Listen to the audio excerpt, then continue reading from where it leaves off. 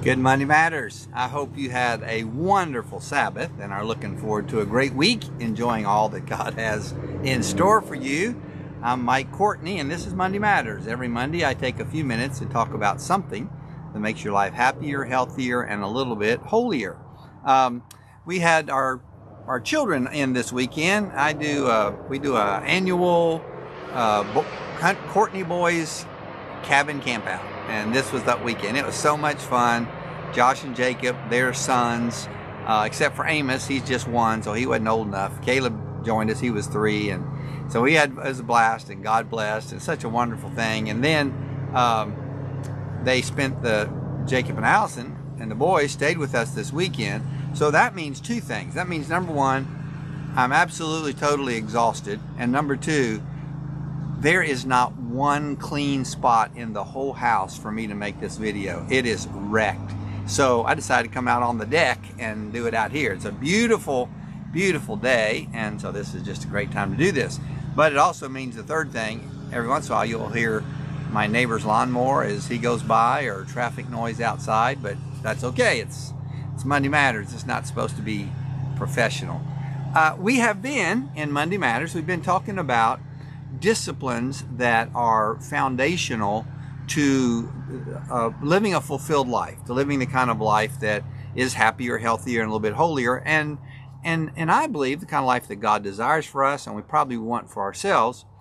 And I think this is the appropriate time to do that. My imagination is that during this season of the year, we put these disciplines in place so that when the new year begins, rather than starting out with New Year's resolutions, we're already up and running and moving in the direction that we want to go. And so we can begin the new year at a place where we build from here rather than stopping old habits, beginning new habits. And so this is always the season of the year where I kind of examine my own personal disciplines and see what I need to improve, what I need to put in place. I have leaned heavily on Richard Foster's celebration of discipline. We're not following it exactly, but that's certainly been meaningful to me down over the last 40 years, really, of trying to live this kind of life. And so that's where they come from. Last week was the discipline of simplicity. Today, I'd like to talk just a minute about the discipline of study. It is a discipline. It's not something that comes naturally. It's not something that we just kind of fall into, but it's a discipline. It takes some work. It takes some effort to do that. I think we probably know more about recipes and batting averages than we do about the Word of God, for example. I think we spend more time figuring out where to get the best deals on Black Friday than we do on how to live a more fulfilled life. But people who live fulfilled lives are people who have studied it. They have put that into practice. If you love something, you'll study it. You remember when you first started, for me, I first started playing tennis.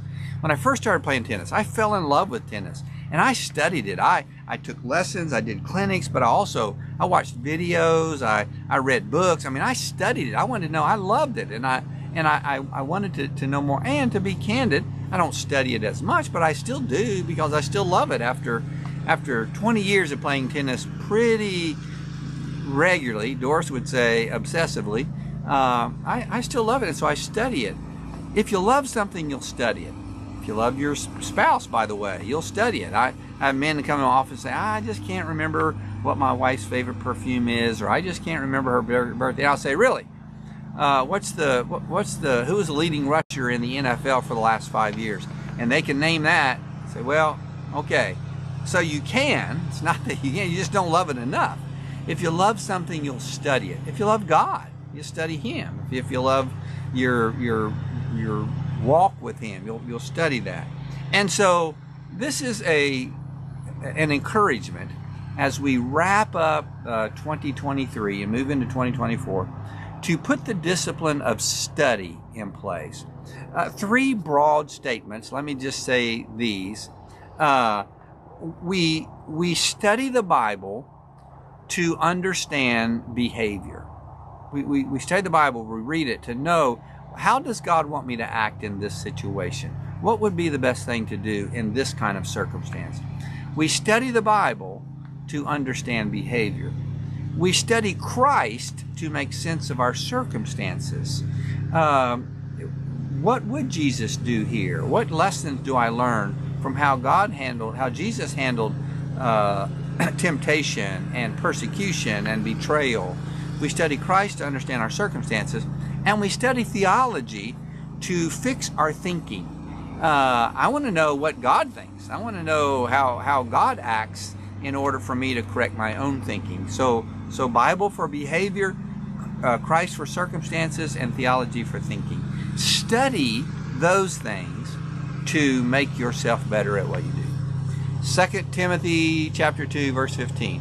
Paul writes to young Timothy, he says, "Study to show yourself approved, a workman that does not need to be ashamed, rightly dividing the word of Christ." Study. It's a command. It's an edict. It's a mandate. Study to show yourself approved. So here are 5 things, 5 habits to put in place to help you be a better studier, whether you're trying to pass the bar exam, or trying to get that promotion at work, or wanting to be a better Christ follower. Here are 5 things. Number 1, read a really good book a month. Read a really good book once a month. And that's not too much. And quite honestly, you could cut probably 1/3 of the time you spend on Facebook and watching television and have plenty of time to read a good book. Read a good book a month. Someone said, I don't have time to read good books, I only read great books. So maybe I should say that. Read a great book once a month. And not just Christian books, but books about life, about theology, classics. There's so much. Ernest Hemingway's Old Man and the Sea has so much to say about how I live as a Christian in this world. So read a good book once a month. Number 2, since I've bashed Facebook and television, subscribe to 3 podcasts that make you better. Not podcasts on house flipping or what's going on with Taylor Swift, but 3 podcasts to make you better.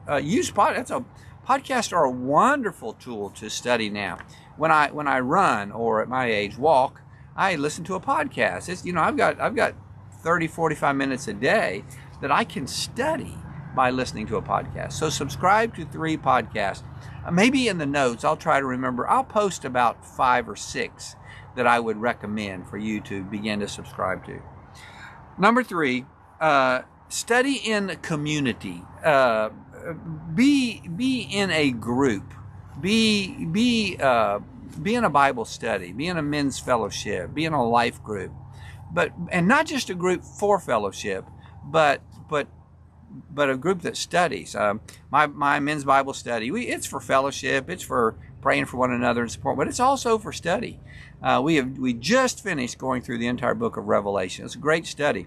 A couple of years ago, we spent 1 whole year studying Romans chapter 8, just 1 chapter. We would take it a verse at a time, sometimes a word at a time, and just work our way through that. So study in community. Find a group of people to help you study. Here's number 4. Now we begin to get a little bit more specifically biblical. Study a great commentary. Find a great commentary. Again, I'll list 2 or 3. Matthew Henry's, it's old, I know, but Matthew Henry's 1-volume commentary of the Bible. Find a great 1-volume commentary and study it. Work your way through it as you are reading through Scripture to help you to understand what the Bible is saying. And then number 5, and we're going to talk about this specifically next week, I think, have a consistent Bible reading plan. Part of what it means to read through the Bible consistently is to understand the flow, to study what God is saying from Genesis to Revelation. So have a consistent Bible reading Bible reading plan. I will, again, I'll mention a couple of those next week, and kind of help. It'd be great to get started. I read through the Bible every year. This is not a pat me on the back. Lots of people do. But I read the Bible every year, and about this time, last week, I finished, because I start a little bit early, and I want to make sure I'm well ahead. And so study. Read a good book each month. subscribe to at least 3 podcasts, study in community, study a great commentary, have a consistent, and have a consistent Bible reading plan. Colin Powell said, "There's no secret to growth. It is preparation, hard work, and learning from our mistakes." That's study. Begin doing those things. Prepare, study to show yourself approved. Work hard at it, study, and learn from your mistakes. That's study. Well, hopefully that helps you. It helps me. I want to be a better studier. Thanks for being a part of this. I'll post something each day on Facebook and Instagram, kind of a quote about that.